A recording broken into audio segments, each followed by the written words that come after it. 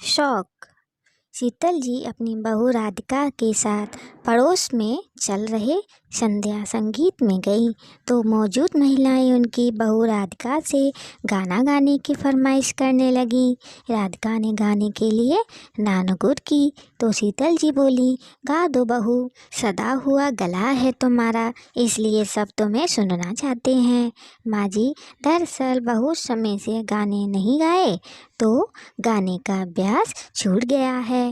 राधिका की इस बात को बहाना मारकर अन्य बुजुर्ग महिलाएं बोली, अब ज़्यादा नखरे ना करो बहुरिया, पनवारी को भी पान बनाना भूलता है भला। सबके कहने पर राधिका ने गला साफ करते हुए गाना गा तो दिया, लेकिन शीतल जी अपनी बहू के इस तरह गाने से संतुष्ट नहीं हुई। आज वाकई में राधिका के स्वर डगमगा गए थे।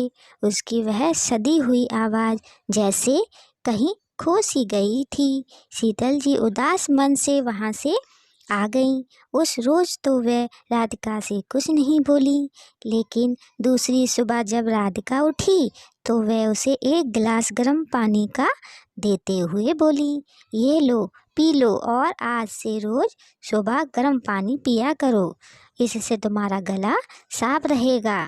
आश्चर्य से अपनी सास की ओर देखते हुई राधिका बोली, माँ जी, मेरा गला तो एकदम ठीक है। नहीं, अगर ठीक होता तो कल तुम्हारे स्वर लड़खड़ाते नहीं। आई एम सॉरी माँ जी, कल मैं आपकी उम्मीदों पर खरी नहीं उतर पाई, राधिका ने उदास स्वर में कहा। तो शीतल जी मुस्कुराती हुई बोली, मेरी उम्मीदों को छोड़ो और अपने बारे में सोचो। मुझे अपनी बहू की दूसरों से तारीफ सुनने का कोई शौक़ नहीं है, लेकिन तुम्हारा गाना गाने का शौक़ जिस तरह से खो गया है वह मुझे खलता है। यह कहते हुए शीतल जी ने राधिका के कंधों पर हाथ रखा तो शीतल उदास होकर बोली, माँ जी, हम महिलाओं के शौक़ का क्या है, एक उम्र के बाद तो उन्हें छोड़ना ही पड़ता है। नहीं बहू, पहले की महिलाओं के छूटते होंगे शौक़, लेकिन अब की महिलाओं के शौक़ नहीं छूटने चाहिए। अब बहू बेटियों के शौक़ छूटे तो हम जैसी नई सोच वाली माँ और सासू माँओं के होने का फ़ायदा ही क्या। मेरे होते हुए तुम अपना यह शौक़ नहीं छोड़ोगी। तुम पहले अक्सर कुछ न कुछ गुनगुनाती रहती थीं। जब मेरे बेटे से शादी करके हमारे यहाँ आई थीं तब कितना मधुर और सदा हुआ गाती थीं। पहले तो तुम अभ्यास भी किया करती थीं, लेकिन अब घर परिवार की सारी जिम्मेदारियों के बीच तुम सब भूल गई।